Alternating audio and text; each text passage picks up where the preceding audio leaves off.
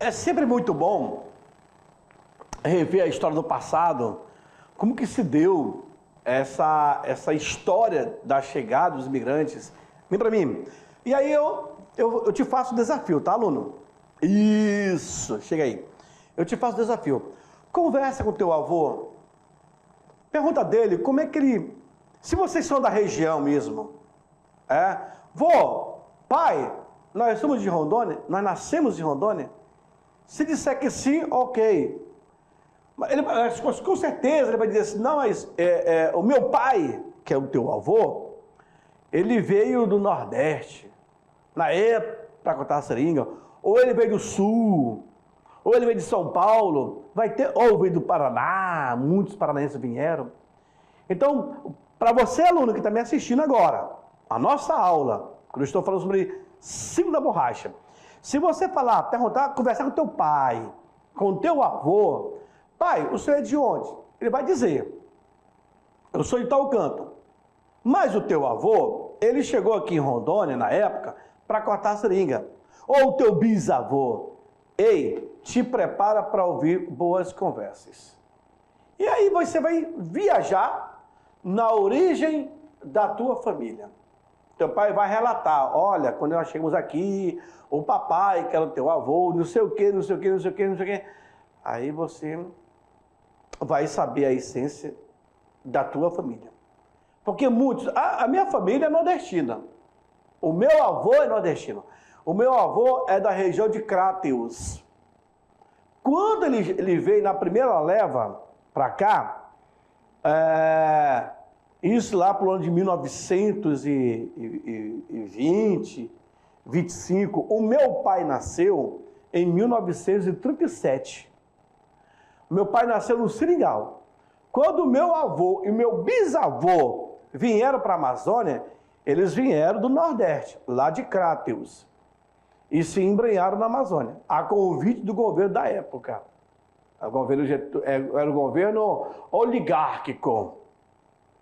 E aí, meu pai nasce no Seringal.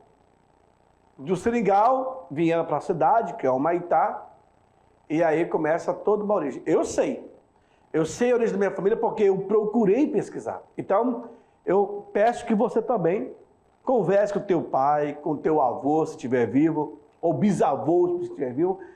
Com certeza, ele vai dizer, nós viemos do Nordeste. Ou, não, nós somos do Paraná. Geralmente, o pessoal do Paraná ficaram na BR-364. Não, nós viemos de São Paulo, de Goiás. Vai ter tal origem. Isso é legal, tá bom? Joga no quadro, vamos lá para a revisão de 5 minutos. Ocupação da Malásia. Na Segunda Guerra Mundial, o inglês Henry Wickman foi o autor do Furto de Milhares de Sementes de seringueira. Ele levou a semente da seringueira para a Malásia. Como as plantações da Malásia caíram nas mãos dos japoneses, os países aliados, como os Estados Unidos, era interessante o Brasil voltar a produzir a borracha novamente. Vai haver o Acordo de Washington, a celebração.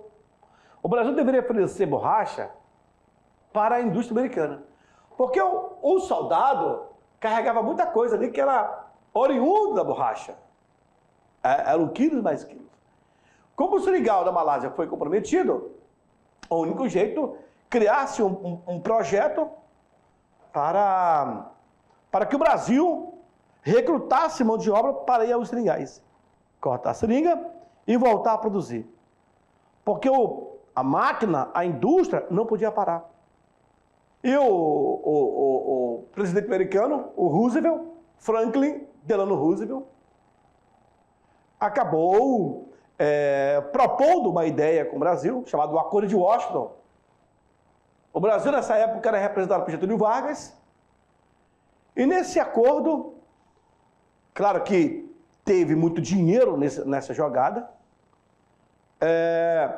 O Brasil, então, se compromete em reativar os seringais e criar condições de levar seringueiros até a floresta amazônica, até os seringais. Para isso foi criado vários outros subórgãos do governo, como a SENTA, a CAETA, a SAVA, a CESP, tudo isso para dar suporte ao trabalhador nordestino. Houve, então, a reativação dos seringueiros da Amazônia. A Amazônia, ela teve novamente, embora por um curto período, a produção ela voltou a se expandir. E tu sabe que é irônico? Vem para mim, sabe o que é irônico? Eu vou te dizer. A Amazônia é o berço das seringueiras naturais. Uma árvore que nasceu da natureza, a essência do seu fruto é fenomenal. Diferente de uma árvore que você produz e planta em cativeiro, você controla a plantação. A Amazônia, a nossa Amazônia, acaba perdendo a produção. Sabe quem hoje mais produz borracha no Brasil? Não é a Rondônia, não é o Acre, não é o Pará, não é o Amazonas, não é nenhuma cidade, não é nenhum dos 9 estados que pertencem à Amazônia. É São Paulo. Tem uma cidade de São Paulo que é a maior produtora de borracha do Brasil. Quem acredita nisso? Aqui o Acre, por exemplo, tem uma fábrica de camisinha. Tinha, eu não sei se fechou. Mas o Acre também é um grande destaque. Tá? Segue lá no quadro. Nisso, Getúlio Vargas ele vai minimizar o problema da seca no Nordeste, ao mesmo tempo que vai dar um novo ânimo para a colonização da Amazônia. Ou seja, tira o nordestino do sofrimento, traz para a Amazônia, o cara vai ter terra, vai ter uns programas de governo que vai auxiliar, ele ganha para isso, tem a promessa, aquele sonho, aí vai ser abandonado. E a Amazônia passa a ser colonizada, né? Criou-se, então, instituições chamadas Banco de Crédito, que é o Banco da Borracha, que é o BASA, hoje tudo BEA, que vai ser transformado em Banco de Crédito da Amazônia. Percebiam? Vítima. Os seringueiros vão perceber que eram vítima de propaganda enganosa. Eles perceberam que foram vítima de uma propaganda enganosa, de uma ideologia de guerra. Se deixaram levar. Tiveram que aprender a cortar a seringa, a colher o látex e a defumá-lo, transformar em pela. O governo brasileiro, ele não vai cumprir a promessa de reconduzir os soldados da borracha de volta às suas casas. Reconhecidos como heróis e aposentados com uma aposentadoria equiparada ao dos militares. Deveria ser esse. O governo deveria trazer de volta. Quem quer voltar para o Nordeste? Vamos lá. Além de voltar, ainda seria aposentado, equiparado o salário do salário que foi para a guerra. Viu aí? Seria assim, mas não foi. Infelizmente. Nesse momento, aluno, eu deixo vocês para fazer a atividade. Daqui a pouquinho eu estou de volta para fazer a correção. Até daqui a pouco.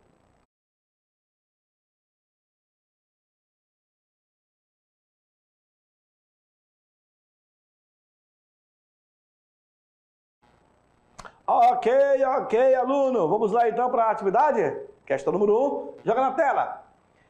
Diz o seguinte, que o inglês Henry Wickham foi o autor do furto de milhares de sementes de seringueiras da Amazônia e um dos responsáveis pela decadência do primeiro ciclo da borracha do Brasil. Ele levou sementes de seringueira para serem cultivadas na Europa, na África e Malásia, na Ásia e na África, na China e Japão ou na Ásia e Malásia. Já sabe? Fácil, né? Muito fácil. Questão 2. O Brasil, depois de 1913, ele viu a produção da borracha declinar, acabar. Mas no início da Segunda Guerra Mundial, voltou a produzir em grande escala. Como as plantações da Malásia caíram nas mãos dos japoneses, em 1952, os Estados Unidos e o Brasil fizeram um acordo de Washington. Qual era o compromisso assumido pelo Brasil? O Brasil comprometia-se a mandar soldados da borracha para o fronte da Itália. B, o Brasil se comprometia em não fazer nenhum acordo econômico com a Alemanha e Japão e mandar nordestino para os seringais da Malásia. C, o Brasil comprometia-se a reativar os seus seringais através de uma operação conjunta com os Estados Unidos para a obtenção mais rápida da borracha. D, os Estados Unidos se comprometiam a financiar a siderúrgica de Volta Redonda e o Brasil comprometia-se a produzir aço para a guerra. E o Brasil se comprometeu a abrir a navegação dos rios da Amazônia para os países aliados. Em troca, os americanos iriam enviar soldados da borracha. Vem para mim. Deixa eu explicar uma coisa. Se fosse outro tempo, nós estamos aí na década de 30. O mundo globalizado começa a partir de 1990. Depois de 50, 60 anos, lá na frente. Mas se na década de 30 ou 40 já tivesse homens visionários, empresários, pessoas que pudessem investir nos seringais, o Brasil com certeza ainda seria um dos maiores produtores de borracha do mundo. Porque cultivaria as seringueiras, o ambiente, melhoraria a extração, a mão de obra pagaria por isso, melhoraria em todos os sentidos. Organizar-se, porque o Brasil é uma potência. A Amazônia é uma potência. A seringueira é uma potência. O fato é que, como houve esse mau caráter do governo de não cumprir o que ditava o Acordo de Oslo, eu levo, eles trabalham, querem ir embora, eu trago de volta e vou ressarcir. Se não fosse assim. Mas vejam só, uma coisa puxa a outra.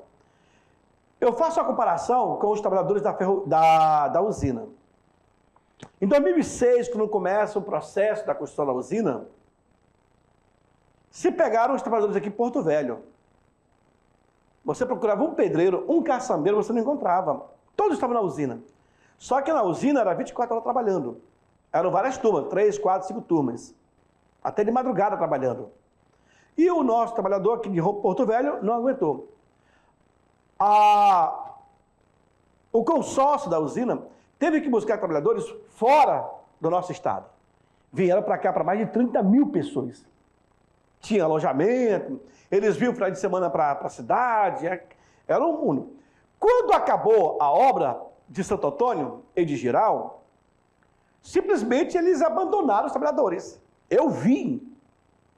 Cara, nas ruas era muito, muito, muito melhor. O cara lá do Nordeste, do Piauí, Rio Grande do Norte, Rio Grande do Sul, de várias partes do Brasil, Rio de Janeiro, São Paulo, os caras andando pelas ruas como se fossem mendigos, arrastando suas mochilas, suas bolsas, dormindo nos cantos. Aí entrou em cena o Ministério Público do Trabalho. Pegou, Santo Antônio Energia, Furnas, negativo. Teve que reunir todos os trabalhadores e você vai mandar de volta para o local onde vocês tiraram. Com passagens de ônibus ou de avião. É isso. Não pode. Eu cheguei a ver esse cara, como é que pode? Depois, e eu lembro muito de uma frase de um ex-governador aqui de Rondônia. Ele falou assim, eu quero ver depois a ressaca desse boom. E realmente aconteceu essa ressaca. Vamos lá.